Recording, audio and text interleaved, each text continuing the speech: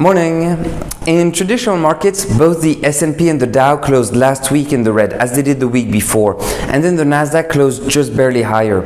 The coming days will be interesting to watch as more economic data should be coming out of the US on inflation and consumption numbers.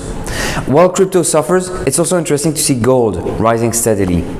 In the crypto space, well, Friday gave us hope that we would hold, if not rise from the 40K level, and then Bitcoin dropped a second time, almost as violently, to retest the mid 30Ks. And then on Saturday, prices held on, and then Sunday, things continued down to retest the lower 30Ks. And we're now closing the session just above 34,000. The Bitcoin Dominance Index has risen in no uncertain way.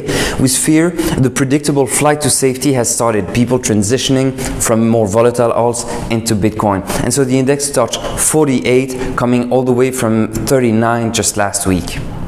The above means that alts are underperforming. Ethereum remains constrained more than 50% away from all-time high, so does Solana, Aave, Cardano, and then some of the others are even further down, like Chainlink or Polkadot, more than 60% down from all-time high. I've talked about it before, but I'll reiterate. If you're confident about the future of the crypto space and have a very long-term focus, the above is actually a beautiful opportunity to load up on more alts, not the opposite. With conservative buy orders denominated in Bitcoin, you can actually buy alts during volatile times when Bitcoin totally outperforms, and then maybe choose to sell them when things quiet down. Now, the weekend, two pieces of news rocked markets, one in DeFi and another more broadly. One, a project called DeFi 100 blatantly scammed and exited with about 32 million of investors' funds, leaving a message on the website making fun of the gullible buyers.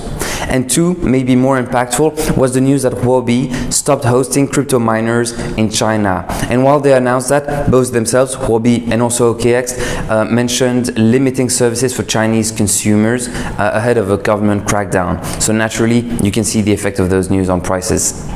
On a more fundamental basis, it's interesting to see that the aggregated funding rate across all exchanges seems to have almost reset and maybe hints at a strong bounce, maybe to clear all the leverage shorts this time. While on-exchange reserves of coins seems to be increasing slightly these days, which is not good, the stablecoin supply also reaches all-time highs, and that suggests a lot of dry powder to buy back more of the crypto.